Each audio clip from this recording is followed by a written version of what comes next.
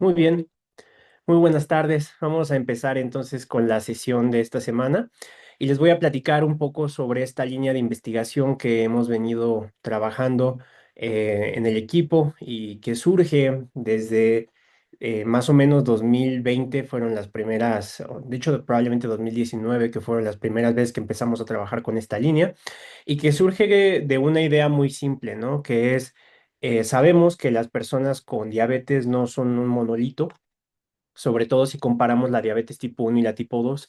La tipo 2 tiene características que muchas veces la hacen muy heterogénea, ¿no? Pero se sigue enseñando en la escuela de medicina, se sigue presentando de la misma forma. Y lo que nosotros queríamos era tratar de utilizar las herramientas que existen para romper ese paradigma de entender solamente diabetes tipo uno y tipo 2 y ver un poquito más como lo que es una enfermedad multifactorial, heterogénea y que ciertamente no es igual para todas las personas. Entonces, vamos a empezar platicando justamente de este concepto.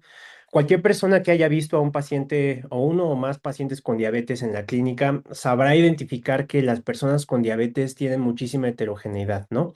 Tenemos personas que desde que debutan ya requieren de un manejo intensivo y tienen la hemoglobina glucosilada muy alta.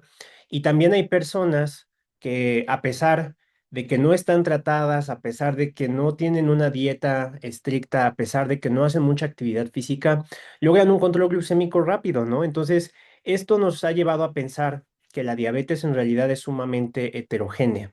Eh, pero muchas veces esto se le traslada totalmente al médico, ¿no? Es decir, se debe de individualizar al paciente y durante muchos años se dejó de lado el esfuerzo de pensar, a lo mejor no estamos lidiando con una sola enfermedad, ¿no? A lo mejor estamos lidiando con un conjunto de enfermedades que lo único que tienen en común es que tienen la glucosa elevada y que todo lo demás puede ser distinto, ¿no? Entonces, pues a lo mejor empezar a tratar desde el punto de vista de la investigación esta heterogeneidad nos puede ayudar a mejorar la atención, porque entonces ya no solo queda en el médico, ya podemos identificar grupos de pacientes que se pueden beneficiar de intervenciones y que nos puede ayudar también a sacar algunas conclusiones. Entonces, en la clínica durante muchos años, se identificaron ciertos patrones, como que había personas con diabetes que les daba diabetes a edad muy avanzada, otros que les daba diabetes muy temprano, otros que les daba diabetes a la edad a la que más o menos uno anticiparía, que es entre los 50 y los 60 años, pero que tienen buen control metabólico, otros que tienen mal control metabólico. Entonces, una de las cosas que se pensó es, ¿por qué no utilizamos los nuevos abordajes que han tratado de identificar justamente a través de datos, patrones que nos permitan identificar grupos que sean similares y separar a los grupos que sean fundamentalmente distintos, ¿no? Entonces, a todos ustedes les han enseñado que la diabetes, grosso modo, se clasifica en esto, ¿no? Dejando de lado otros tipos de diabetes como la diabetes gestacional, como la diabetes secundaria, que puede ser, por ejemplo, por falla pancreática. Tenemos grosso modo dos tipos de diabetes y una superposición, ¿no? La diabetes tipo uno que tiene una etiología autoinmune y que tiene una instauración temprana, fundamentalmente durante la infancia o la adolescencia. La diabetes tipo 2 que tiene una instauración ya durante la edad adulta y que no tiene características autoinmunes. Y la diabetes autoinmune tardía del adulto, conocida como LADA, que tiene características autoinmune, pero ocurren hasta que la persona es adulta. Entonces, el problema con esta clasificación es que si ustedes se dan cuenta, el círculo de la diabetes tipo 2 es sumamente grande, ¿no? Entonces, la pregunta es si todos los que están en ese círculo se comportan de la misma manera. Como acabo de discutir ahorita, como han sabido por años los diabetólogos, los endocrinólogos, médicos internistas y generales que tratan pacientes con diabetes en su día a día, este círculo es quizá un subconjunto de círculos, ¿no? Entonces, recientemente se propuso una metodología que trató de clasificar a estos pacientes con diabetes utilizando abordajes basados en datos. Es decir, agrupamos a personas que se parecen entre sí, las ponemos en un mismo grupo y a las otras personas en otros grupos distintos, ¿no? Entonces ellos utilizaron, que ahorita voy a platicar un poquito de la doctora Emma Alkivist, pero la doctora Emma Alkivist fue la que básicamente lideró este proyecto que se desarrolló en cohortes escandinavas y tomó algunas variables como edad, índice de masa corporal, hemoglobina glucosilada, anticuerpos anti-GAT65 y estas dos métricas que se llaman HOMA, que lo que hacen es que miden la función de la célula beta, HOMA2 beta, y HOMA2IR que mide la función de resistencia a la insulina. Entonces, se tomaron estas 6 variables y a través de este método de clasificación que agrupa a las personas que se parecen y separa a las que no, se identificaron 5 subgrupos. Hay una mano levantada. Adelante. Sí, yo, Omar. Aquí tenía una pregunta. Eh, Sí. ¿por qué se escogieron estas variables en particular? Digo, tengo entendido que en el artículo simplemente se justifica en un par de líneas como asumimos que la diabetes se desarrolla cuando hay cuando la demanda más bien cuando la insulinoresistencia supera la demanda de insulina, además, pero como tal nunca ahondan más en pues, ajá, cuál es el razonamiento biológico o por qué no incluir algunas otras variables para hacer esta clasificación. De acuerdo. Si nos ponemos a pensar desde la fisiopatología de la diabetes, fueron 2 componentes, ¿no? El primero fue fisiopatológico y el segundo fue un componente de factibilidad. Entonces, de acuerdo al componente fisiopatológico, la diabetes, si pensamos desde la fisiología de la insulina tiene 3 órganos que son totalmente insulino dependientes, ¿no? Que es el tejido adiposo, que es el hígado y el músculo, ¿no? En el músculo lo que hace la insulina sobre todo es favorecer la captación periférica de glucosa. Entonces, la hemoglobina glucosilada es un proxy de este fenómeno de captación periférica por el músculo, ¿no? En el tejido adiposo lo que hace es que favorece sobre todo la insulina, lipogénesis e inhibe la lipólisis, ¿no? Entonces, la acumulación de tejido adiposo o la función del tejido adiposo, un sucedáneo aproximado, es el índice de masa corporal. Y con respecto a la función del hígado, tenemos nosotros que HOMA2IR, que es un indicador de resistencia a la insulina, sobre todo indica resistencia a la insulina hepática. Cuando hay resistencia a la insulina en el hígado, nosotros observamos que no se inhibe la gluconeogénesis, por lo tanto hay un aumento de la glucosa plasmática. Y como hay un aumento de la glucosa plasmática de manera significativa, pues se necesita liberar más insulina. Entonces aquí es donde entra la célula beta, ¿no? Entonces, como se necesita liberar más insulina para vencer la resistencia que hay hiperinsulinemia, ¿no? Y finalmente, los otros dos que son la edad, aquí es edad al diagnóstico de diabetes, es porque el tiempo de evolución modifica algunas cosas como la función de la célula beta, y también la edad de instauración modifica el tiempo de exposición. Entonces, entre más joven te dé diabetes, se asume que más años vas a vivir con diabetes, ¿no? Y entre más tarde te dé diabetes, menos tiempo vas a vivir con diabetes y además menos impacto tuvieron algunos otros factores de riesgo que te hubieran causado que tuvieras diabetes antes. Y finalmente, con respecto a los anticuerpos, esto fue algo más de factibilidad, porque los anti-GAT65 no son los únicos anticuerpos que están medidos en la sangre, ¿no? Se pueden medir múltiples anticuerpos, anticuerpos anti-islote, anticuerpos directamente anti-insulina, directamente contra el receptor. Entonces, muchos de estos anticuerpos se miden en diferentes maneras y uno de los que más se miden es el anti-GAT65. Entonces, este fue de factibilidad. Ahora, lo que se quería medir era algo que midiera resistencia hepática a la insulina, algo que midiera función de célula beta, algo que midiera hiperglucemia, algo que midiera adiposidad. Lo ideal sería que hubiéramos agarrado un clamp euglucémico hiperinsulinémico para medir resistencia a la insulina, un clamp, un clamp hiperglucémico hiperinsulinémico para medir función de célula beta, una resonancia magnética o una tomografía computarizada para medir distribución del tejido adiposo, pero también se buscó que fueran factibles, ¿no? Entonces, por eso se combinó en este conjunto de variables. Ahora, el modelo HOMA aquí característicamente está calculado con glucosa y péptido C, que es algo de lo que vamos a hablar más adelante. Y esto es porque el péptido C tiene un tiempo de vida más largo en sangre, ¿no? Y por eso se puede medir. Entonces, se tomaron estas 5 variables y una vez que se hace este método de clasificación, se identifican un subtipo que es autoinmune y que básicamente cualquier persona que tuviera anticuerpos anti-GAT65 los tenía, que es la diabetes autoinmune grave, que puede ser la diabetes tipo LADA o la diabetes tipo 1. o SAID, como la vamos a ver de aquí en adelante, y cuatro subtipos que tradicionalmente se hubieran considerado diabetes tipo 2, pero que ahora se engloban dentro de estos cuatro subtipos, que es dos formas leves, y que ahorita voy a discutir con más detalle, que es una relacionada a la obesidad y otra relacionada a la edad, y dos formas graves, una que está asociada con deficiencia grave de insulina y otra que está asociada con resistencia a la insulina. Entonces, lo que reporta Emma Alkivist en su trabajo original es que no solamente fisiopatológicamente se parecen, sino que hay cierta capacidad predictiva que tienen estos subgrupos. Entonces, pertenecer al subgrupo de deficiencia a la insulina, que es SID, o al de resistencia a la insulina, que es SIRD, te da mayor riesgo de algunas complicaciones. También parece que responden igual a algunos tratamientos y que quizá tienen rasgos genéticos únicos. Entonces, lo que propone, esta es la doctora Emma Alkivist, que está en Lund University con este trabajo que en 2018 rompió cualquier esquema, ¿no?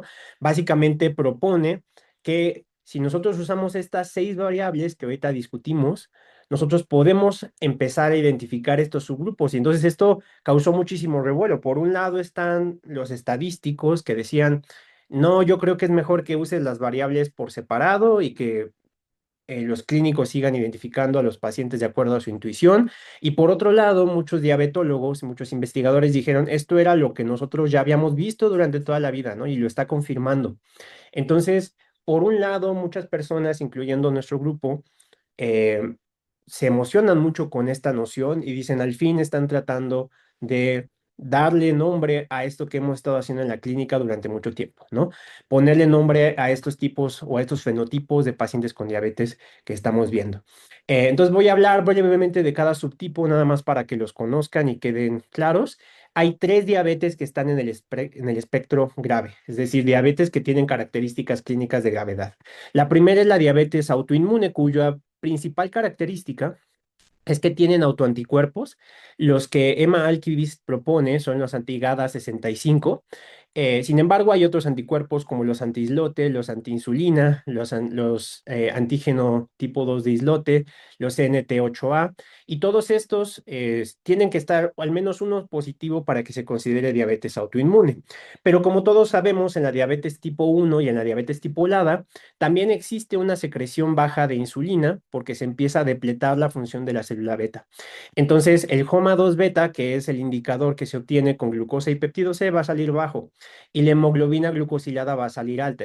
Entonces, son pacientes que tienen hiperglucemia sostenida y que su célula beta no responde de forma correspondiente a esta hiperglucemia. Tienen una edad de inicio relativamente temprano, ya sea que debuten durante la infancia o la adolescencia o durante la edad adulta relativamente temprana, es decir, antes de los 40 años. Y característicamente tienen también el índice de masa corporal bajo. Debido a que tienen un descontrol glucémico, empiezan a perder músculo y por lo tanto van a tener un índice de masa corporal más bajo comparado con otros subgrupos, ¿no? Dentro del espectro grave, pero ya lo que más se podría considerar diabetes similar a la tipo 2, están dos, que es la diabetes deficiente de insulina, que esta se parece mucho a la diabetes tipo 1, pero tiene anticuerpos negativos. Entonces, también tiene secreción de insulina baja, también tiene hemoglobina glucosilada alta, pero no tienen anticuerpos. Se le miden por todos lados y no los tienen. Entonces, la disfunción de la célula beta se tiene que deber a algo más que daño autoinmune. Característicamente, las personas que tienen este fenotipo, que le vamos a decir de aquí en adelante SID, los que tienen SID, debido a la hiperglucemia, tienen riesgo de cetoacidosis diabética. Recuerden que cuando la insulina está baja, predomina la actividad de glucagón, y glucagón, entre otras cosas, causa hiperglucemia y también un aumento en la producción de cetoácidos. Entonces, siempre que hay secreción baja de insulina, tiende a haber tendencia a la cetoacidosis. ¿Sale? Debido a que también tienen disfunción de la célula beta, es mucho menos el tiempo desde que se diagnostica diabetes hasta que se le tiene que prescribir insulina a estos pacientes. Y lo que observó Emma Alkivist en su primer reporte es que los pacientes con SID tienen un mayor riesgo de padecer retinopatía. Dentro del espectro grave se encuentra también la diabetes resistente a la insulina, ¿sale? Debido a que hay resistencia a la acción de la insulina, predominantemente a nivel hepático, se sobrecompensa produciendo mayor insulina, entonces tienen hiperinsulinemia. A diferencia de SID y a diferencia de la autoinmune, va a tener un inicio relativamente tardío entre los 45 y los 50 años. Y lo que se observó en el estudio original de Emma Alkivist es que los que tienen esta forma que le vamos a decir en adelante SIRD, los que tienen SIRD tienen riesgo de tener nefropatía diabética. Entonces su tasa de filtrado glomerular está baja y debido a que tienen resistencia a la insulina, tienen varios componentes del síndrome metabólico, incluyendo enfermedad por hígado graso no alcohólico, ¿no? Entonces tenemos tres fenotipos dentro del espectro grave: el de diabetes autoinmune, diabetes deficiente de insulina y diabetes resistente a la insulina.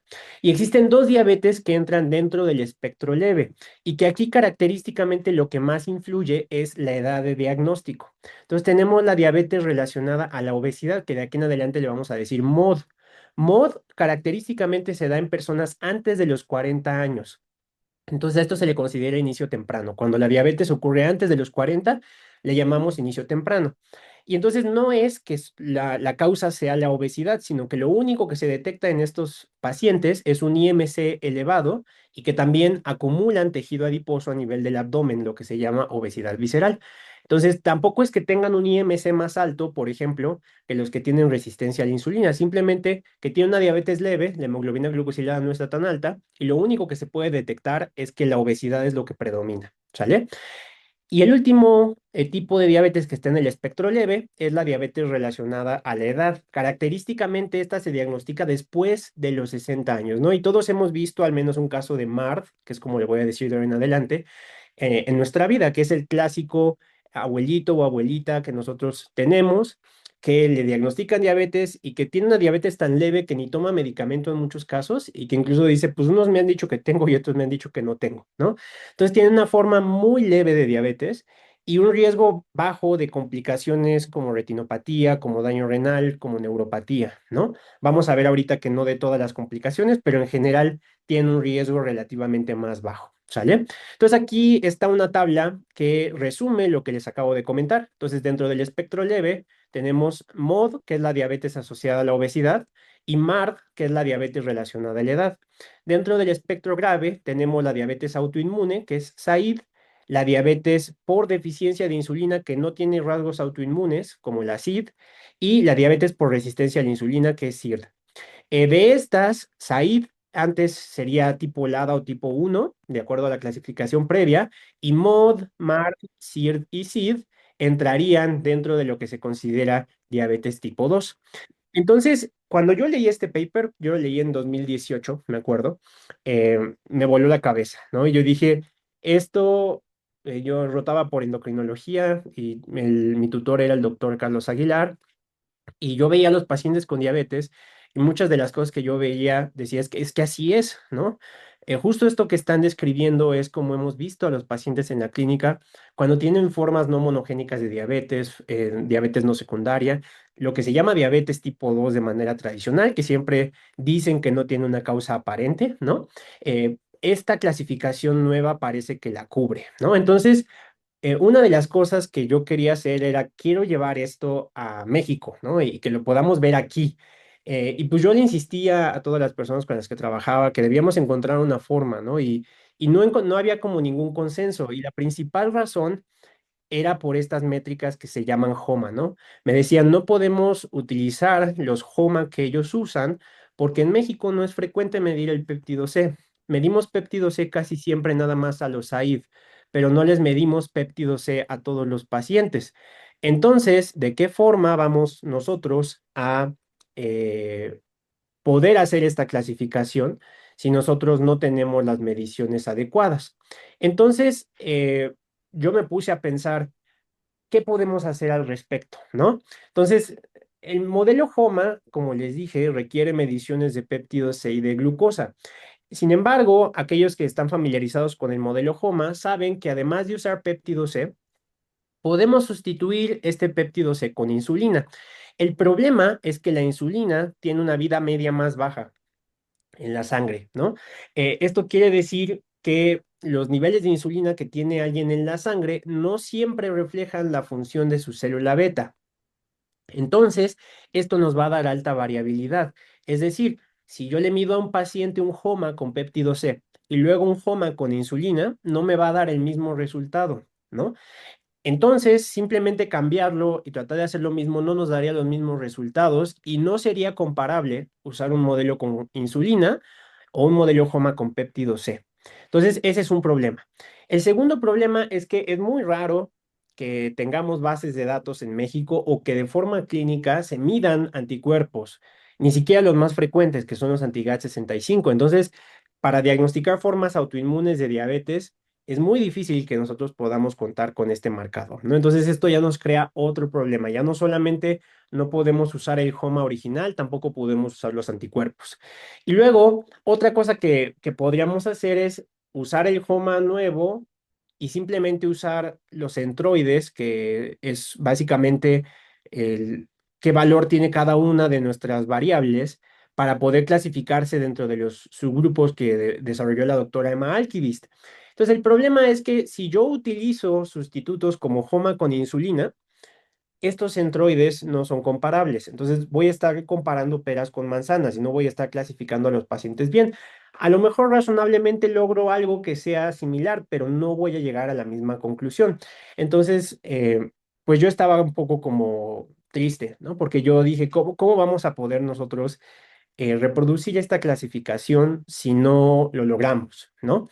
Entonces, tenemos varios problemas. El primero es que nuestros predictores, como el modelo HOMA, tienen muy alta variabilidad, ¿no? Es decir, usar HOMA con insulina no es lo mismo que usar HOMA con péptido C. Luego, tenemos fenotipos que si bien son diferentes, las diferencias a veces son sutiles, ¿no? No necesariamente son tan drásticas como para comparar, por ejemplo, alguien con y sin diabetes, ¿no? Que queda muy clara la diferencia. Aquí no, aquí, por ejemplo, podríamos tener un paciente que fue diagnosticado antes de los 40 años, pero que tiene características de disfunción de célula beta. Entonces, tampoco es que pueda necesariamente ser MOD, que es la forma relacionada a la obesidad, porque tiene disfunción de célula beta, ¿no? Entonces, tampoco es que un punto de corte en cada uno de estos criterios resuelva, ¿no? Entonces, ponerle puntos de corte al HOMA y ponerle puntos de corte a la edad, podríamos decir eso es suficiente, ¿no? Pero parece que no, porque en realidad los fenotipos son más sutiles y debes considerar todas las variables de forma simultánea, es decir, no solamente una, ¿no? Y si empiezas a poner puntos de corte, tendrías que poner 5 puntos de corte y eso lo hace súper complicado, ¿no? Entonces, esto ocasiona que si no sigues exactamente la misma metodología que propone Emma Alkivist, es un modelo con muy poca reproducibilidad, ¿no? Porque no vamos a poder nosotros escalarlo o llevarlo a otros ambientes. Entonces, lo que yo me pregunté es, si tenemos que los predictores no son iguales, y para esto yo ya me estaba metiendo en estadísticas, ¿no? Y yo decía, normalmente cuando no tenemos algo, pero lo queremos ver, hacemos un modelo para predecirlo, ¿no? Entonces, ¿por qué no metemos estos predictores con alta variabilidad para predecir los subtipos que nos dio Emma Alkivist y tratar de hacerlo reproducible? Les quiero recordar que esto era 2019, ¿no? Eh, el paper sale en marzo de 2018, yo todo marzo de 2018 me pongo a pensar en ellos. Después en 2019 yo tomo una clase de aprendizaje automático, específicamente de Deep Learning en el Instituto de Astronomía de la UNAM, ¿no? Y entonces empiezo a trabajar con inteligencia artificial, específicamente con redes neuronales. Entonces, aquí quiero hacer un pequeño paréntesis porque ahorita que está en boga hablar de inteligencia artificial, ¿no? Muchas veces no entendemos las diferencias de qué significa inteligencia artificial, ¿no? Entonces, la inteligencia artificial es un campo muy amplio, ¿no? O sea, básicamente cualquier técnica que haga que las computadoras mimeticen el comportamiento humano, como identificar estos patrones, es inteligencia artificial, ¿no? Entonces, cualquier modelo estadístico, como una regresión logística, como una regresión lineal, estrictamente hablando es inteligencia artificial porque está haciendo predicción, que es algo que hacemos los humanos, ¿no? Dentro de la inteligencia artificial, como pueden ver aquí en este círculo, se encuentra el aprendizaje de máquina o el machine learning, ¿no? Entonces, el machine learning tiene la característica de que sigue siendo inteligencia artificial, pero utiliza métodos estadísticos para permitir que las máquinas mejoren su desempeño. Entonces, el aprendizaje de máquina justamente lo que hace es hacer que el algoritmo aprenda. Entonces se le alimenta información y el algoritmo con cada información adicional que le das se vuelve mejor para sacar nuevas conclusiones, ¿no? Y dentro del aprendizaje de máquina, pues hay varios algoritmos, ¿no? Muchos de los cuales ustedes usan normalmente en los algoritmos de las redes sociales con las que interactúan, pero dentro de ellas se encuentra un tipo de aprendizaje que se llama aprendizaje profundo, que es deep learning, ¿no? Y básicamente lo que hace el deep learning es que utiliza un concepto, que es la forma en la que funcionan nuestras neuronas, para tratar de hacer esta tarea iterativa que hacen los algoritmos mucho más reproducible y mucho más clara. Entonces, y aquí les traigo la idea que le valió el premio Nobel a Hopfield y a Hinton en 2024, donde se premiaron básicamente los conceptos básicos que subyacen a las redes neuronales, ¿no? Entonces, si pensamos en lo que hacen las neuronas de los seres humanos, conforme nosotros vamos aprendiendo, algunas sinapsis entre neuronas se van a volver más fuertes. Entonces, por ejemplo, están ustedes aprendiendo ahorita sobre el concepto de subgrupos de diabetes, ¿no? Entonces, algunos conceptos de diabetes se van a fortalecer para ustedes, pero también, y espero que esto sea después de la plática lo que pase, algunos se van a debilitar, como la idea de que solo hay diabetes tipo 1 y tipo 2, ¿no? Entonces, fortalecemos algunas vías mientras hacemos otras más débiles. Entonces, en las redes neuronales artificiales, nosotros no tenemos células, lo que tenemos son nodos. Y estos nodos representan un número, ¿no? Y luego estos nodos están conectados entre sí con otros nodos. Y básicamente, al pasar de este nodo a este nodo, se le aplica una operación matemática que modifica el valor. Entonces aquí vale 1, aquí se queda como 1 porque se multiplicó por otra cosa. Pero aquí, por ejemplo, pasa a cero porque este se vuelve más débil. Entonces es la misma idea, fortalecer algunas vías y hacer otras menos fuertes. Entonces Hopfield y Hinton propusieron estos modelos desde 1980 para que no piensen que la inteligencia artificial es algo nuevo, ¿no? Muchos de estos conceptos de las redes neuronales y del aprendizaje de máquina existen desde los 80, ¿no? Y la idea de estos modelos, comparado con un modelo estadístico tradicional, es que pueden procesar información a través de modelos matemáticos complejos. Es decir, muchos de los modelos que ustedes han aprendido en estadística o que van a aprender modelan relaciones lineales, ¿no? Entonces buscas que algo se correlacione con otra cosa de forma lineal. Estos intrínsecamente pueden mejorar relaciones no lineales y además son muy reproducibles cuando la red ya está completamente entrenada. Entonces siempre te va a dar el mismo resultado en tareas de regresión y de clasificación, ¿no? Pero entonces quiero llevarlos un poquito más a fondo para que entiendan por qué me convenció esta idea de usar redes neuronales, ¿no? Vamos a recordar cómo funciona una neurona humana normal, ¿no? Entonces tenemos aquí nuestro soma neuronal, tenemos nuestro núcleo y recordamos que las neuronas se comunican entre sí a través de conexiones dendríticas, ¿no? Y que cuando se genera un potencial de acción en el cono axónico al final de nuestra célula, el axón transmite el impulso directamente hasta las terminales axónicas y esas terminales axónicas van a comunicarse con las dendritas de otras neuronas a través de la sinapsis, ¿no? Entonces, la idea es que nosotros tenemos un punto de partida, que es el soma, tenemos un punto de conexión, que es el axón, y un punto de comunicación, que son las terminales axónicas, ¿no? Entonces, ¿qué pasa si ahora lo que tomamos es este concepto, pero tratamos de expresarlo de forma matemática? Entonces, ahora nosotros tenemos, y para fines prácticos está ahora aquí directamente el axón, tenemos un axón haciendo una interacción con una dendrita, ¿no? Este axón trae información de otra neurona por acá, ¿no? Entonces trae un valor. Este valor va a ser una sinapsis con un nuevo valor. Nada más que aquí nosotros le vamos a llamar un ponderador. Entonces, esta W va a ponderar este y va a decir si X se queda igual o X cambia de valor, ¿no? Entonces va a ser una multiplicación. Esta multiplicación puede hacer que X se quede con el mismo valor o que X disminuya su valor. Entonces, cuando se combina la información que viene de una neurona previa a otra, lo que se forma es una función. Entonces, si pensamos que está haciendo el aprendizaje automático, está haciendo una función. Esta función tiene tres componentes que son los pesos, que es esta W. X es el valor que tomó nuestra neurona y ahorita les voy a explicar en el contexto de lo que estamos haciendo con los grupos de diabetes, qué es lo que hace, y se le agrega una B que es un sesgo. Este sesgo permite que los valores se acerquen un poquito más al valor real. A todo este proceso mediante el cual se toma un valor, se pondera, se le agrega un peso y se suma esto de todas las neuronas para agregarlos, se le llama una función de activación.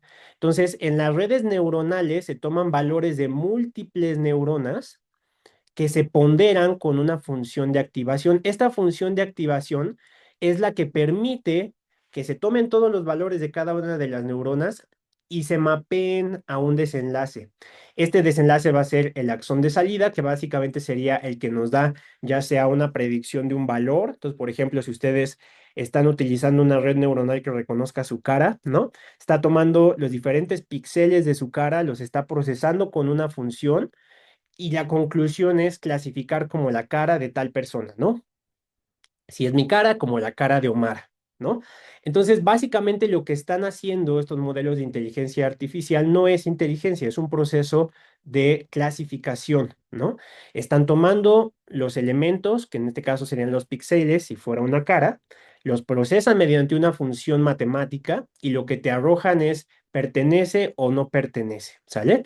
Ahora dirán, ¿cómo procesan los píxeles? Los píxeles son números, ¿no? Básicamente una cantidad de azul, una cantidad de verde y una cantidad de rojo. Entonces tampoco es que esté leyendo colores, ¿no? Sigue leyendo números a final de cuentas. Entonces, esa es la forma más simple que se llama un perceptrón, que es una neurona con otra neurona, ¿no? Las redes neuronales generalmente tienen múltiples capas y esto es lo que hace que sean muy buenas. Entonces, por ejemplo, aquí le metemos las variables o le metemos nuestra cara y hay una capa que primero pondera, lo que les decía, ¿no? Toma el valor y lo pondera y después le mete una función de activación y luego lleva otros valores, los procesa y lo lleva a otra función de activación. Toma los valores, los procesa y los lleva a otra función de activación. Y en este proceso intermedio va aprendiendo ciertas características que mejoran la clasificación. Y entonces al final, esta función los va a llevar a decidir si pertenecen o no a una cosa, ¿no? Entonces, las redes neuronales, que son una de las formas de aprendizaje automático, cualquier cosa de inteligencia artificial que ustedes estén usando hoy, utiliza este concepto, ¿no? Que es, toma un número, lo pondero, lo proceso con una función. Ese es un nuevo número, lo pondero y lo proceso con una función. La idea es que en la primera capa el desempeño no es tan bueno, en la segunda capa ya es mejor, en la tercera capa es todavía mejor y al final resulta en algo muy bueno. Entonces se va iterando el proceso, ¿no?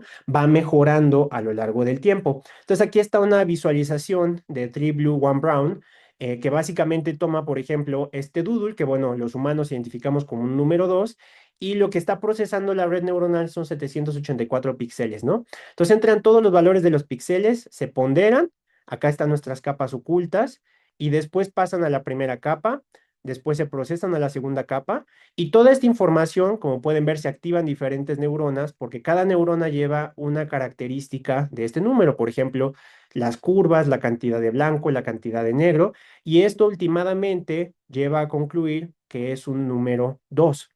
Entonces, este procesamiento lo que va haciendo es, ya está entrenada para detectar números y lo que va detectando es ciertas características, ¿no? A este tipo de redes neuronales se le llama redes neuronales feed forward, ¿sale? Es decir, tomas uno y feed forward, porque solo van hacia adelante, ¿sale? Muchas de las cosas que hacemos hoy que utilizan inteligencia artificial no utilizan estas feed forward, porque una cosa que podrían decir ustedes es, ¿qué pasa si aquí se equivoca? ¿Qué pasa si aquí la riega, ¿no? ¿Cómo se enteran estas capas de aquí atrás que ahí la regó? En la mayor parte de los casos no se enteran. Esto los humanos evalúan y dicen, no funcionó y pruebo otra arquitectura, no funcionó y pruebo otra arquitectura y demás, ¿no?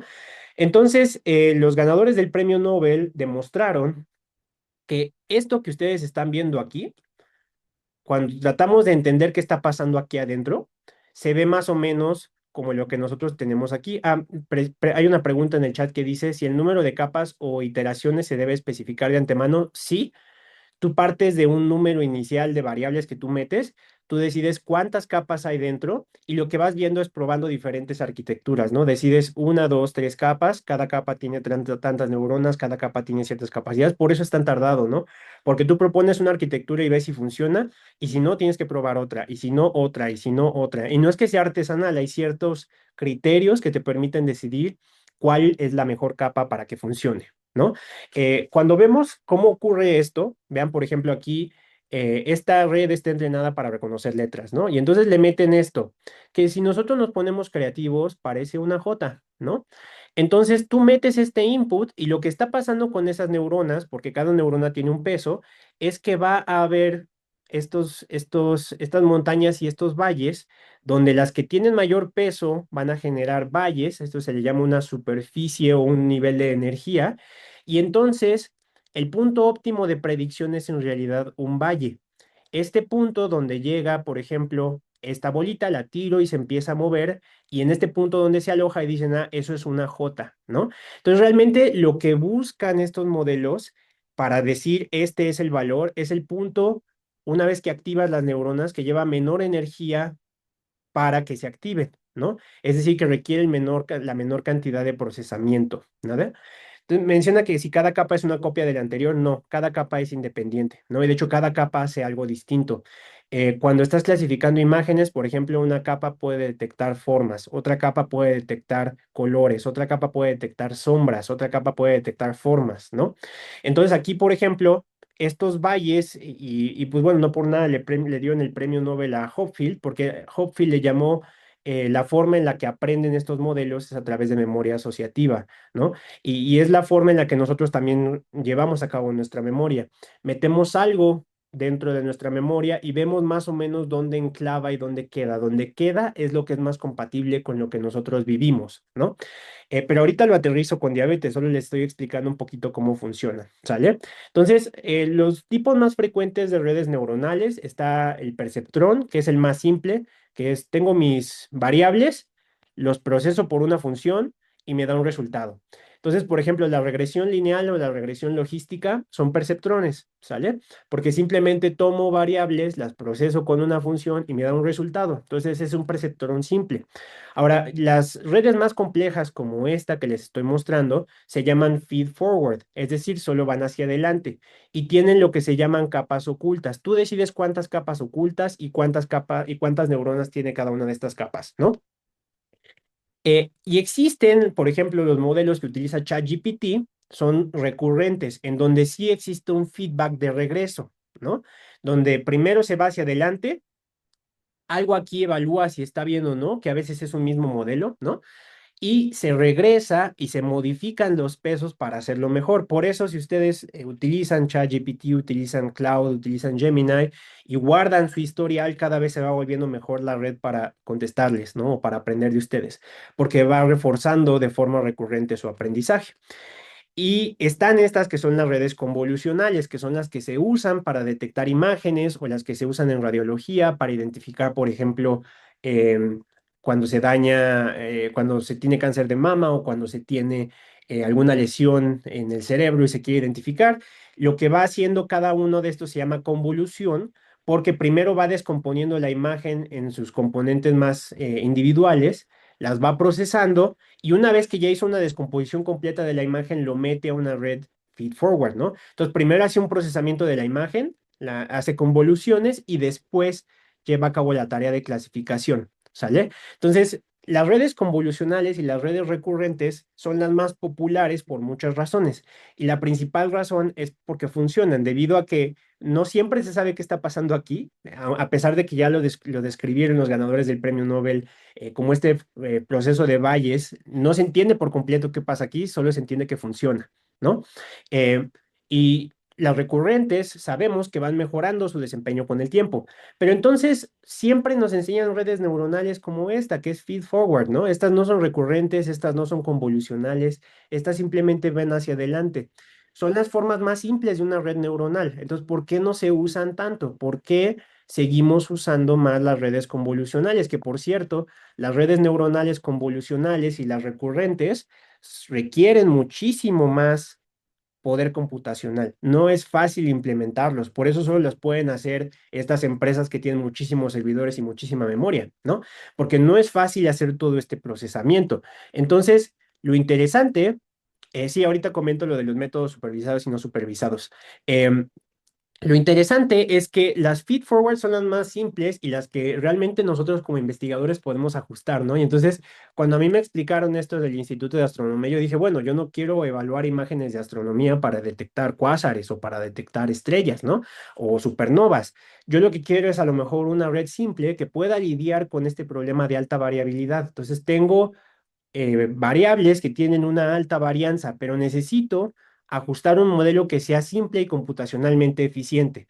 El problema que tienen estos modelos feed forward es que se empiezan a equivocar. Como nadie les dice, como pueden ver aquí, solo van hacia adelante y nadie les corrige, más que uno se da cuenta y pues tiene que ajustar otra vez la red, ¿no?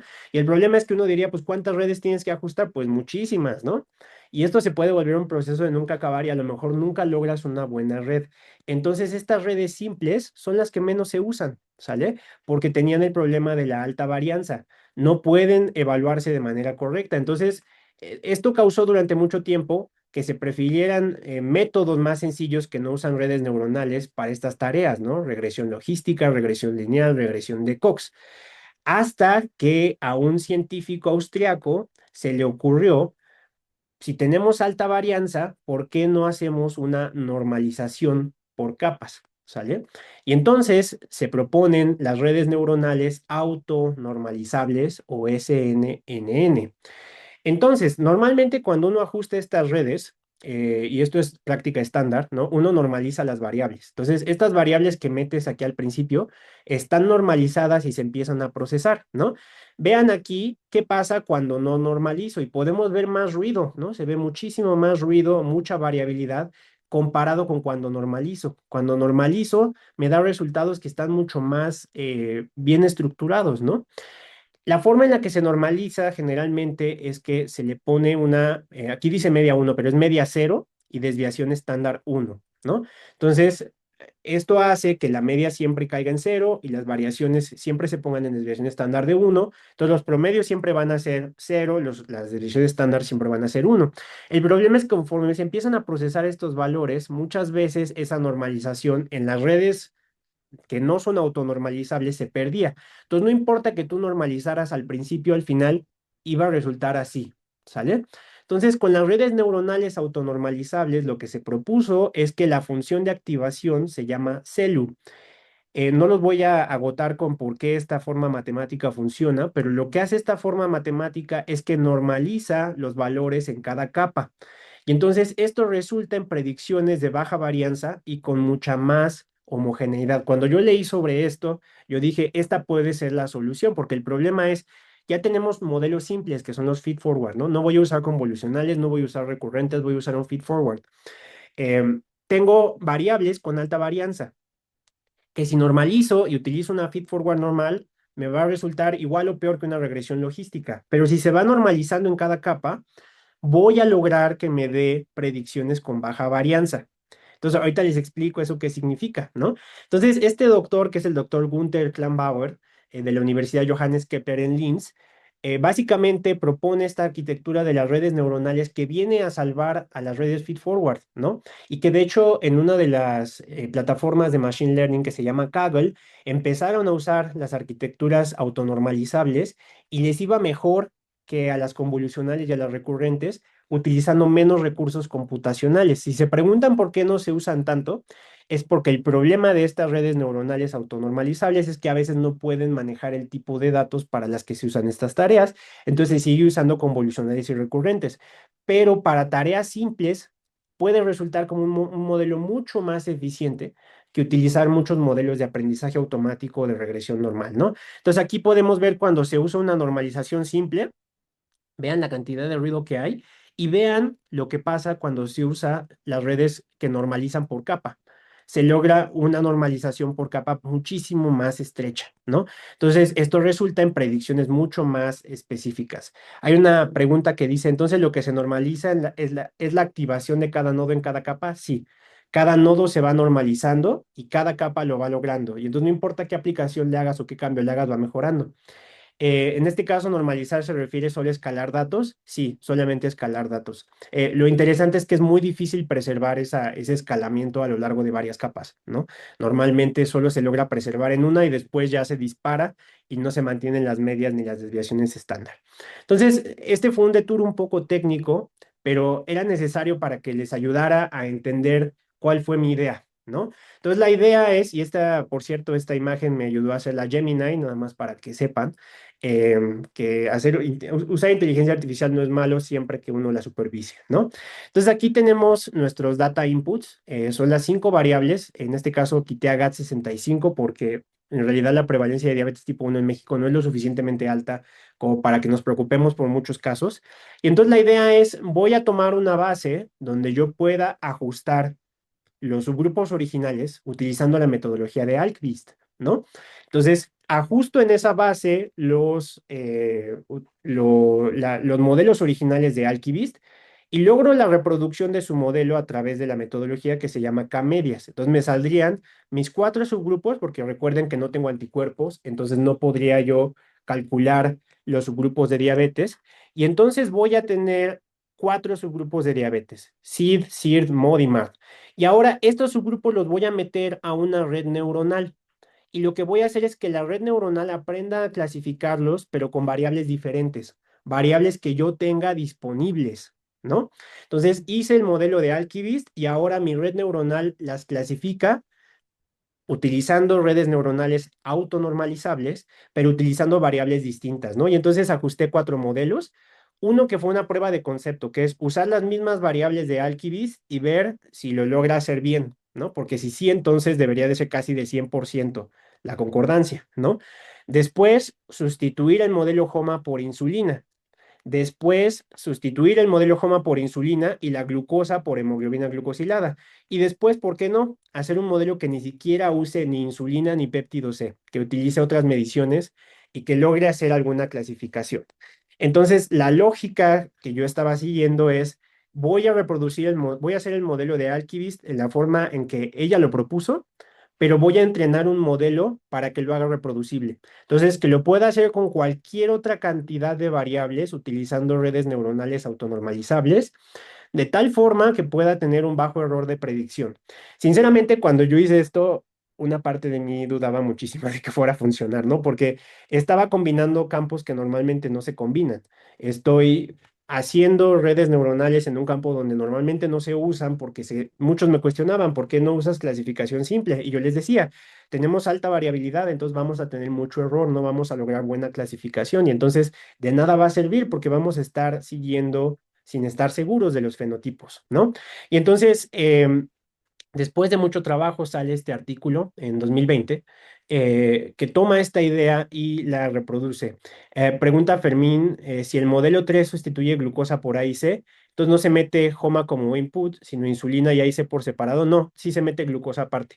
Esto es porque HOMA sí no es tan colineal con glucosa. O sea, sí tiene una correlación alta, pero no es completamente colineal. Entonces sí aporta información adicional que solo meter HOMA, ¿no? Entonces, si metes glucosa, aparte metes HOMA, lo que no metes es glucosilada, ¿sale? Em, entonces, sale este paper donde yo reporto esta idea, ¿no? Pasó por varias iteraciones porque era una idea complicada, ¿no? Y la idea era, estoy haciendo algo que de por sí es complicado, más simple, pero el proceso para llegar a eso que es más simple está complicado. Entonces, pasó por varias revisiones y por varias versiones, pero básicamente la idea era esta. Tomamos la encuesta nacional de salud y nutrición de Estados Unidos, que es en Janes 3, y ahí entrenamos, primero ajustamos el modelo de Alkivist en Janes 3 y en Janes 4, y ajustamos una red neuronal. Como les digo, el modelo 1 eran las variables de Alkivist. El modelo 2 sustituía a HOMA que usaba péptido C por HOMA que usa insulina. El modelo 3 utiliza HOMA que usa insulina y sustituye hemoglobina glucosilada que estaba aquí por glucosa en ayuno.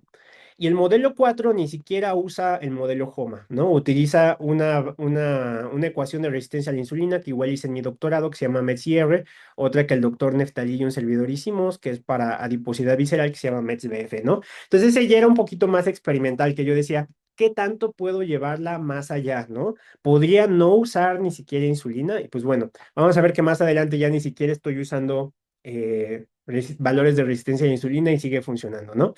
Y el paquete que utilicé en R se llama Keras. Keras es un paquete que implementa Python y que cuando tú le pides que visualice la red, esta es una visualización directa, es decir, no es un esquema que yo hice, es una visualización generada por Keras. Lo que están viendo aquí son las 5 variables que se meten, en este caso, los dos de HOMA, hemoglobina glucosilada, edad al diagnóstico de diabetes e IMC. Tiene dos capas ocultas. Estas dos capas ocultas, más las 5, más las 4 de salida, son 73 neuronas, ¿no? Entonces, estas dos capas lo que hacen es, como ya les había enseñado, ponderar los valores que vas metiendo aquí, darle prioridad a uno y al final 4 neuronas de salida, porque tenemos 4 subtipos de diabetes, ¿no? SID, que es el de deficiencia de insulina, SIRD, que es el de resistencia a la insulina, MOD, que es el asociado a la obesidad, MARD, que es el asociado a la edad, y esto entonces me da una probabilidad. Entonces el resultado de esta red son 4 probabilidades. ¿Qué tan probable es que esta persona con diabetes pertenezca a uno de esos 4 fenotipos, ¿no? Y pues bueno, esto lo implementamos en una aplicación que si tú la ves, pues no pensarías que hay todo este pensamiento detrás, ¿no? Pero la idea era justamente, pues que se pueda usar. Aquí están los 4 modelos e incluso tú puedes agarrar y subir bases de datos y te las procesa, pero la idea es que la red ya está entrenada, ¿no? Entonces la red neuronal ya está entrenada y básicamente es reproducible. Preguntan que cómo elegí el número de capas ocultas y neuronas. Hay un libro que es muy bueno de Machine Learning y Deep Learning que básicamente recomienda que si tú tienes, por ejemplo, 5 inputs, ¿no? Y tienes 4 salidas, entonces tendrías 4 por 5, tendrías 20 posibles combinaciones ya de entrada, ¿no? Y lo que recomiendan es no irse más de 5 veces eso, entonces no más de 100 neuronas. Entonces estuve jugando con diferentes arquitecturas hasta que llegué que esta era la más correcta. Y si te fijas, aquí son 1, 2, 3, 4, 5, 6, 7, 8, 9, 10, 11, 12, 13, 14, 15, 16. Entonces aquí son 16 y me parece, si no me equivoco, aquí son 32. Entonces traté de que fueran en múltiplos de poderes de 2, ¿no? 16, intenté una con 64, no funcionó, luego con dos con 32, luego una con 16 y una con 32, luego una con 16 y otra con 16. Que fueran múltiplos de 2 lo hace más fácil porque entonces son pares, ¿no? Y entonces esto ayuda a que fuera un poquito más estandarizado. Y entonces esta fue la arquitectura que mejor me funcionó y que me redujo el error de predicción. Pero si, por ejemplo, creo que el doctor Neftalí estaba conmigo, de repente me veía, era dejar la computadora por horas para probar un modelo y probar otro modelo y probar otro modelo hasta que se llegó al valle, ¿no? Este valle que describen aquí, Hopefield, que es justamente la mejor predicción, ¿no? Y que pues ciertamente podía ser todavía mejor, quizá, pero ese ya funcionaba bastante bien, ¿no? Y era lo que se llegaba. Entonces, tomé eso y lo apliqué en Janes. Aquí tenemos en Janes 3, aquí tenemos en Janes 4, que es la Encuesta Nacional de Salud y Nutrición de Estados Unidos, y la Ensanut 2016, que es la Encuesta Nacional de Salud y Nutrición de México. Aquí tenemos el fenotipo relacionado a la edad, el fenotipo relacionado a la obesidad, el de deficiencia de insulina y el de resistencia a la insulina. Y de inmediato empezamos a notar cosas bien interesantes, ¿no? Aquí primero pueden ver que en Enjanes predominan los fenotipos leves, ¿no? El relacionado a la edad y el relacionado a la obesidad, pero en México se veía algo diferente. En México pesaba más el modelo de deficiencia de insulina, ¿no? Y entonces esto de entrada ya me estaba diciendo que la prevalencia de subtipos de diabetes en México no es similar. Es decir, sí, esto ya es con las redes neuronales y se veía algo que ya habían reportado también un estudio que habían hecho en China y Estados Unidos y se veía exactamente lo mismo utilizando el modelo de Alkivist, pero en México está pasando al revés. Entonces, esto me da la idea de que a lo mejor la forma en la que la diabetes se está presentando en México no solo es que tenemos más diabetes, sino que tenemos otros tipos de diabetes, ¿no? Y parece que la diabetes deficiente a la insulina es la que predomina, seguida por el modelo de obesidad. Entonces, pues me puse a moverme ahí con los doctores del Instituto Nacional de Nutrición que me apoyaron mucho para juntar muchas bases y pude aplicarlos en otras bases de personas con diabetes. Entonces, hay un estudio que se llama Sigma y lo que buscamos es esta variante en SLC16A11, específicamente ver si se asociaba con algunos subtipos específicos de diabetes. Lo que vimos es que los que tenían o los que eran portadores de esta variante en SLC16A11 tenían mayor riesgo de pertenecer al fenotipo de diabetes leve asociada a la obesidad y menos riesgo de tener diabetes leve relacionada a la edad. Lo que esto nos indicaba, y es muy interesante porque es el S16A11 cuando se hacen pruebas funcionales en humanos, lo que se ve es que se asocia con adipocitos de mayor tamaño y con mayor nivel de resistencia a la insulina, lo cual es congruente con lo que se ve en la diabetes leve asociada a la obesidad. Entonces llevó a hipotetizar que probablemente esta variante en SLC16A11 podría aumentar el riesgo de tener esta variante. Hay dos preguntas en el chat. Dice, en redes neuronales no se puede hacer selección en grid de esos parámetros como en otros modelos de Machine Learning. Sí, sí se puede, sí, sí lo hice. Simplemente hablar de la selección en grid me pareció técnicamente ya más profundo y por eso no lo hice, pero sí, sí hice una selección en grid porque si ustedes revisan el material suplementario de este paper, fueron muchos los hiperparámetros que se tuvieron que seleccionar, no solamente el número de neuronas, ¿no?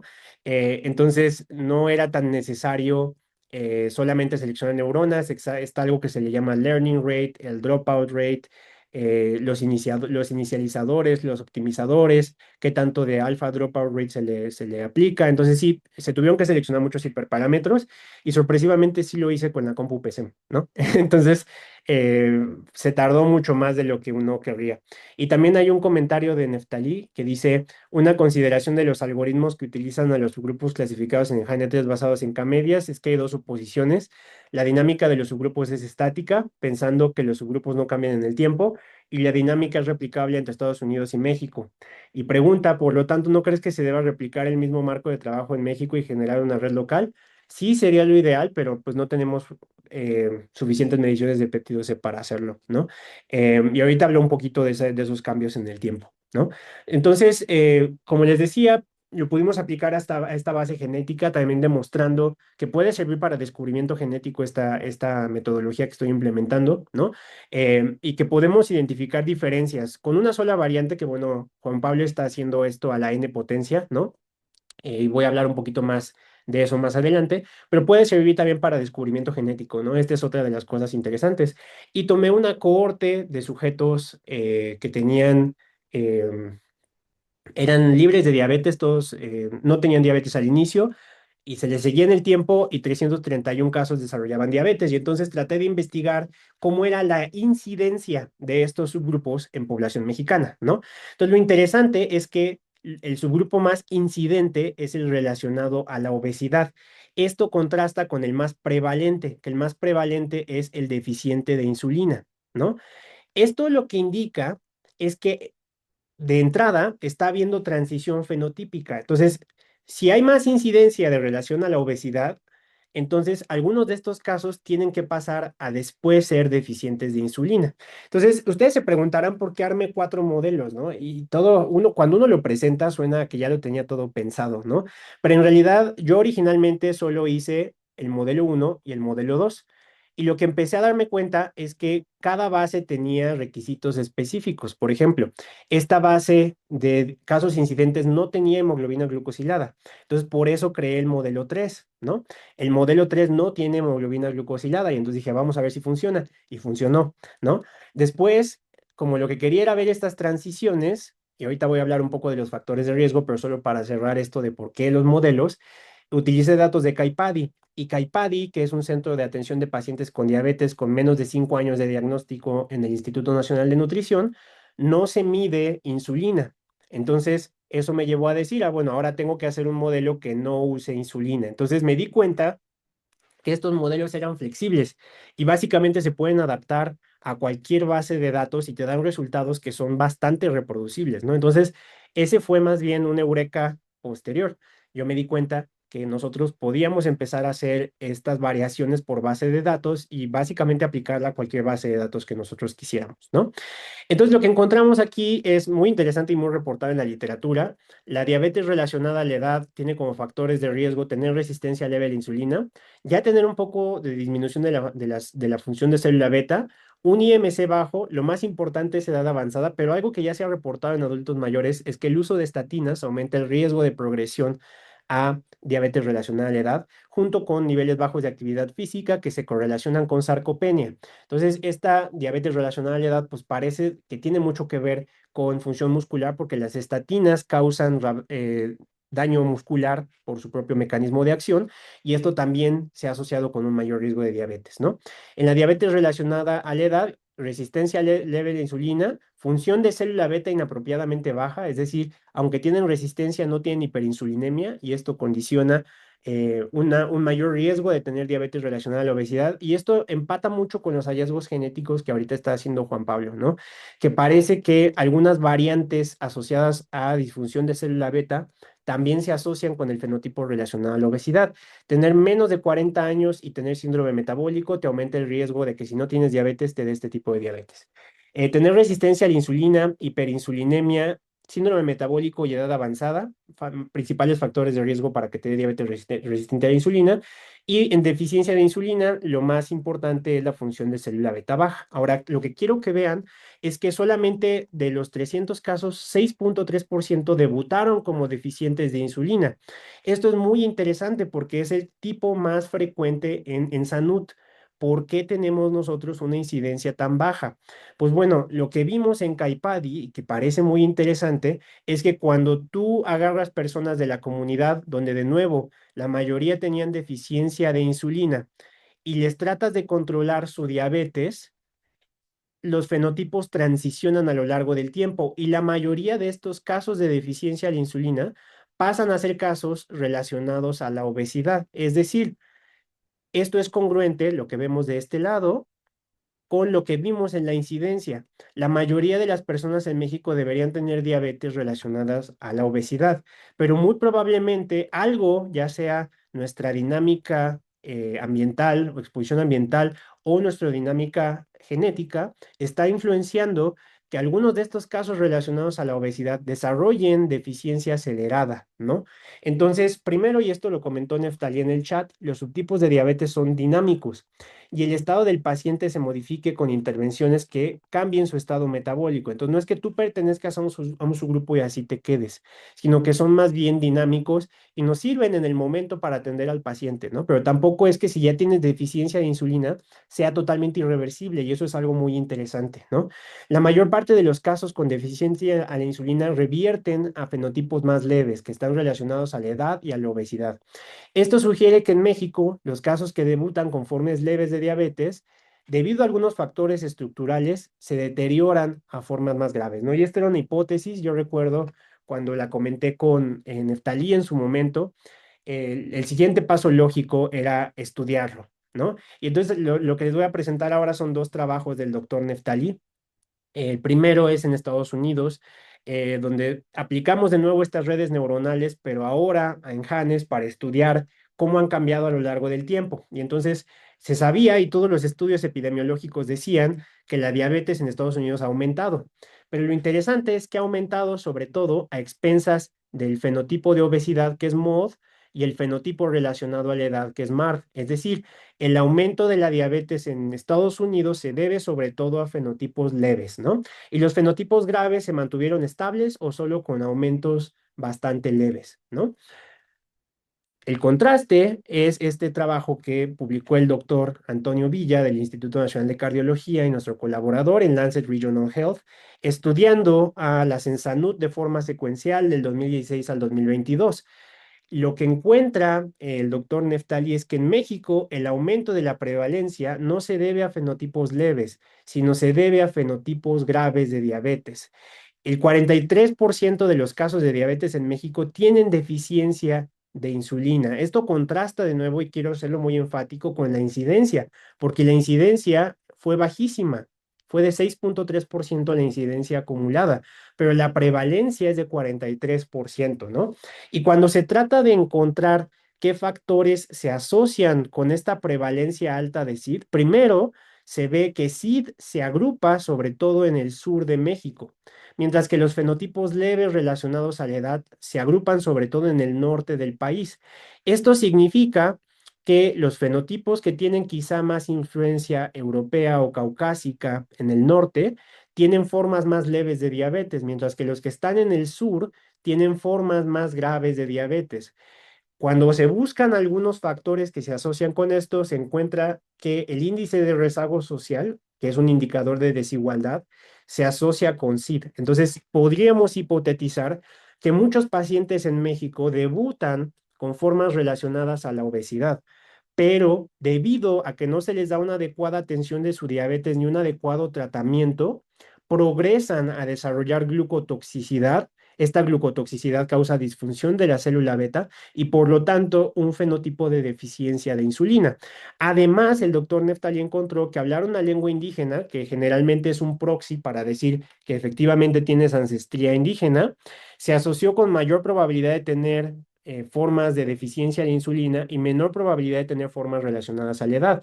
Lo que también nos podría indicar que más allá de solo la desigualdad, la ancestría genética indígena podría estar influyendo con que los casos relacionados a la obesidad progresen a fenotipo SID con mayor rapidez en México, ¿no?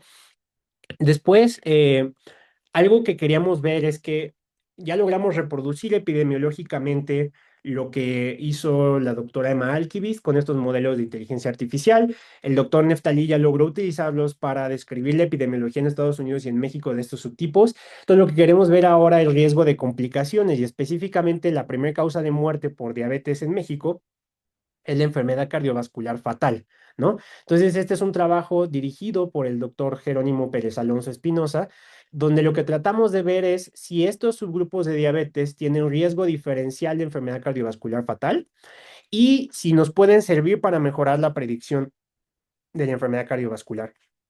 Este trabajo lo acaban de aceptar, está mal esta referencia, lo acaban de aceptar en 2026 y próximamente se los estaré compartiendo. Acabamos de revisar las galeras, están muy bonitas y pues ya prácticamente va a estar en línea en los próximos días, ¿sale? Entonces, aquí nos encontramos con un problema, que es que el estudio prospectivo de la Ciudad de México, así como les decía que para cada base tuve que adaptar este algoritmo, en el estudio prospectivo de la Ciudad de México no tenemos forma de evaluar resistencia a la insulina. Sí hay algunas mediciones de glucosa y de lípidos, pero no son muy confiables por la forma en la que se tomaron, que fue no en ayuno, ¿no? Entonces yo no confiaba mucho en usar el modelo 4, que utilizaba glucosa, HDL y triglicéridos en lugar de HOMA.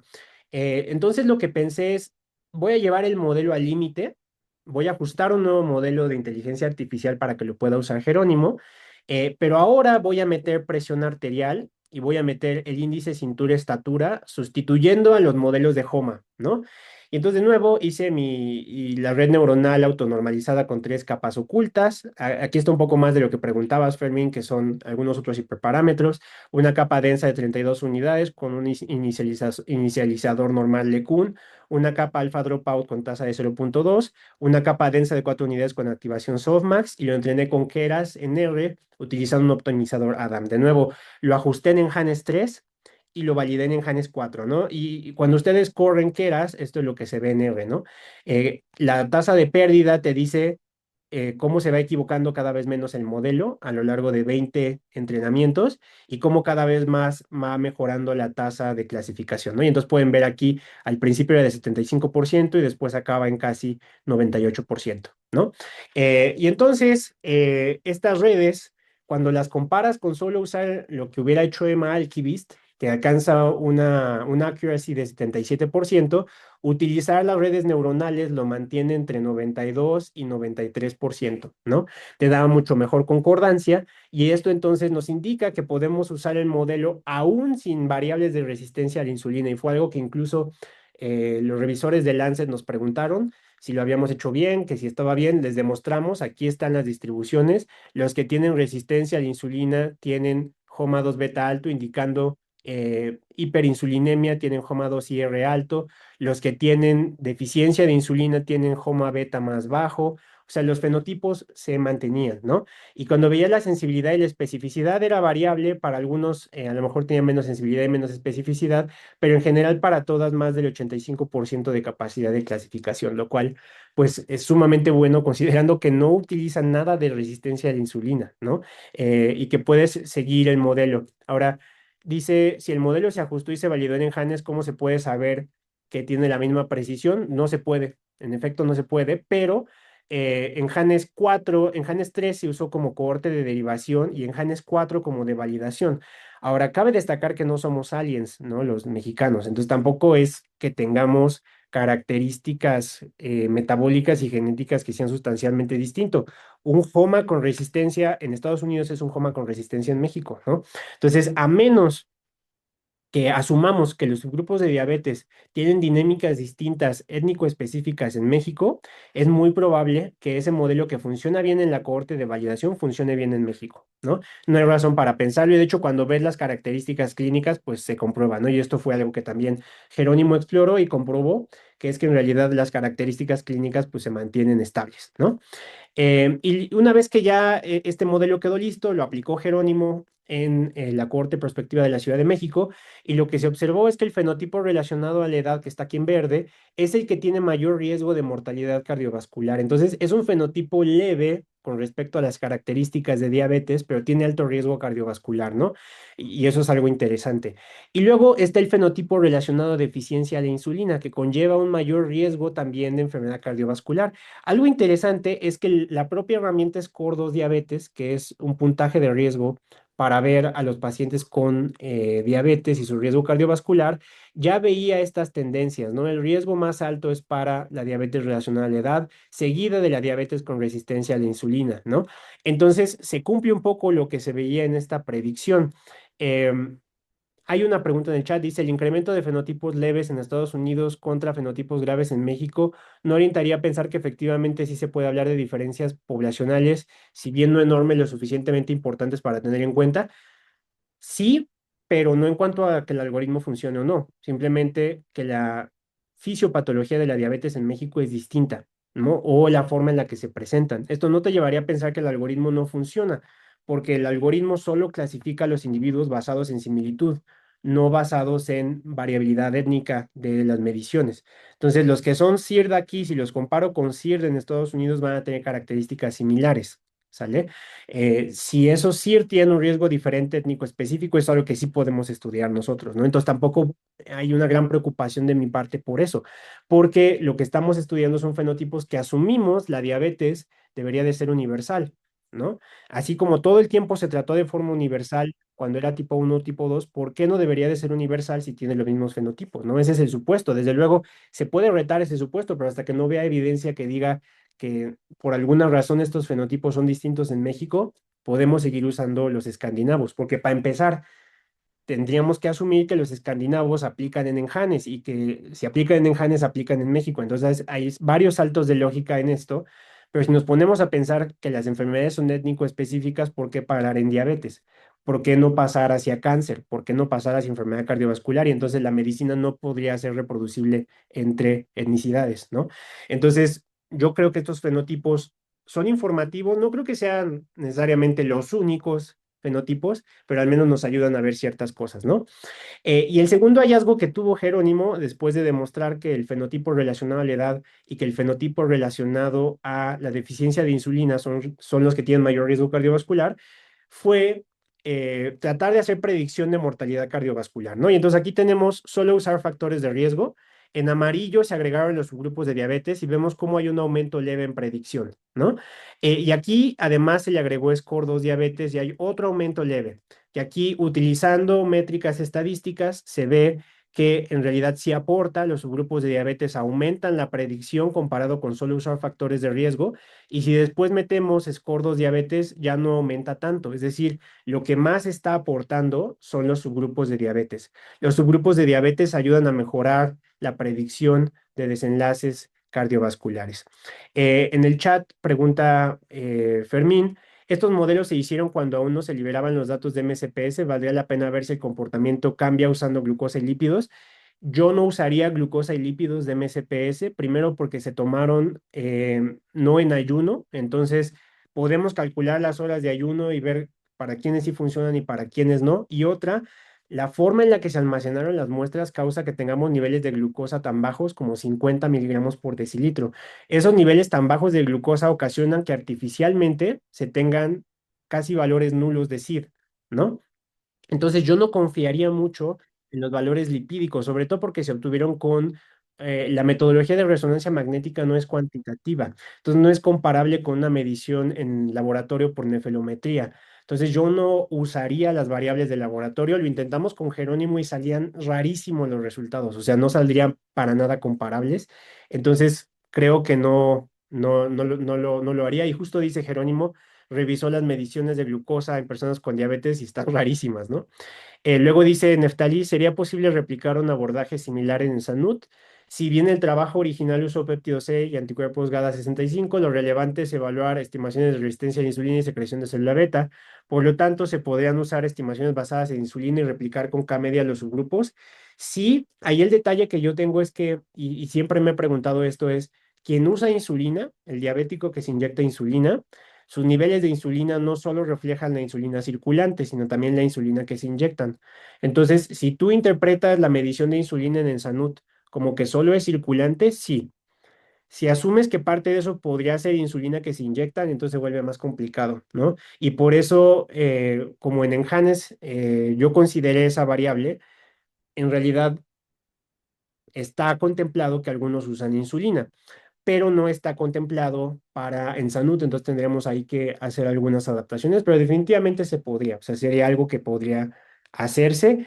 La pregunta es contra qué desenlaces los evaluaríamos, porque a final de cuentas lo que le dio fortaleza al trabajo de Emma Alkivist es precisamente que le agregó la parte de riesgo, ¿no? Entonces, no solo son pacientes que se parecen, sino que comparten características de riesgo similares, ¿no?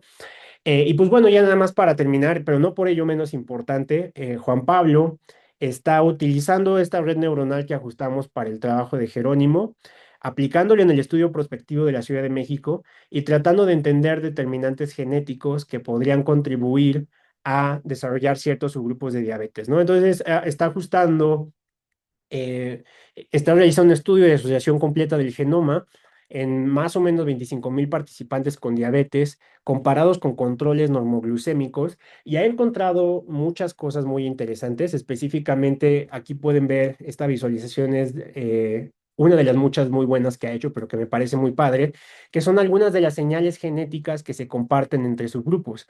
Entonces, ya estamos diciendo que los subgrupos parece que transicionan entre sí, entonces no es que sean necesariamente grupos totalmente separados de diabetes.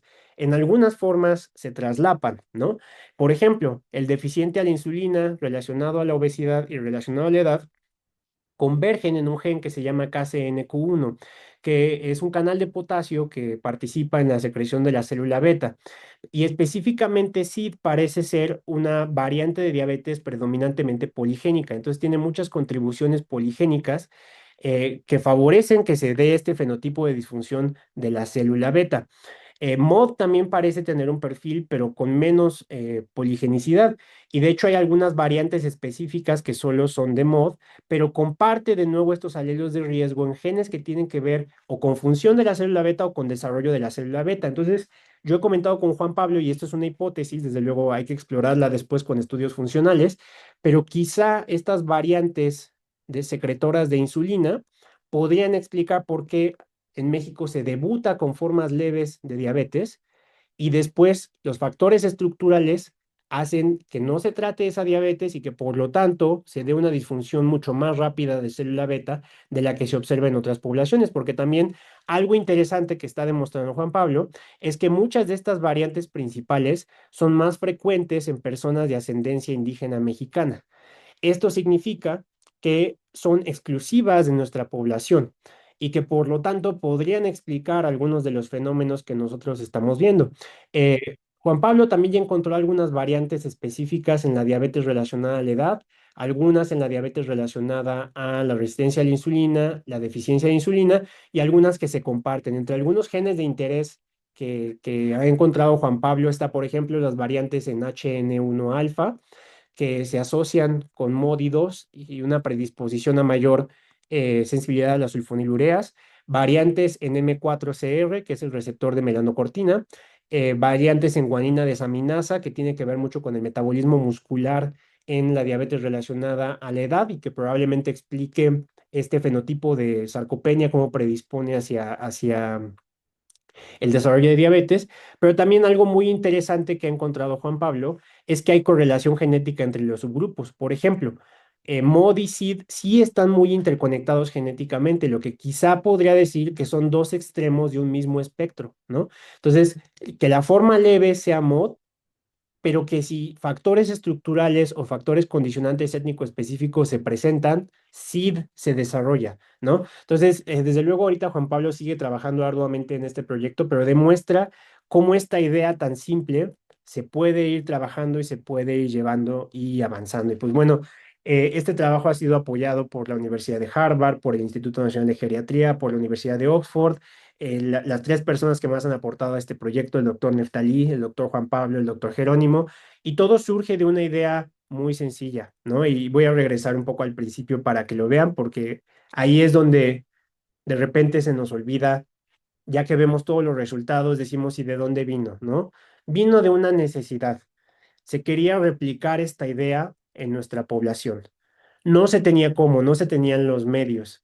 Y entonces, a través de aplicar conceptos que no son convencionales, es que nosotros pudimos empezar a utilizar esta idea que yo pensaba que nunca íbamos a poder utilizar en nuestra población, ¿no? Y ahí es donde de repente yo quiero incentivar estas ideas en ustedes, ¿no? Ustedes ven esto, ven avanzado y dicen, bueno, pero es que tú eres investigador, es que tú te dedicas a esto y mil cosas, y no, yo empecé como todos ustedes, como un alumno que simplemente tenía ideas y quería hacer cosas y no sabía cómo. Y muchas veces esas carencias en las que vivimos en lugares como México nos orillan a pensar fuera de la caja, ¿no? Lo que les quiero decir es, yo en algún momento dudé de esta idea e iba a abandonar el proyecto, ¿no? Imagínense toda la ciencia que se hubiera perdido si se dejaba esta idea en el tintero.